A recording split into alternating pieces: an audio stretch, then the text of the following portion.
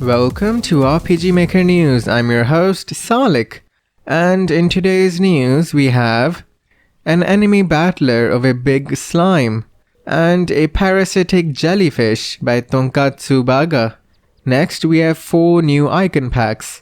A pack of 100 RPG inventory elements by Erkman Design.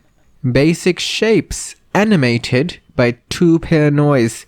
25 general RPG items by Evo Piru.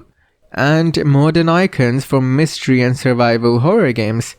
An MZ plugin by Draconis that allows using a separate customizable color palette from the WindowSkin, so we can call infinite colors in text code.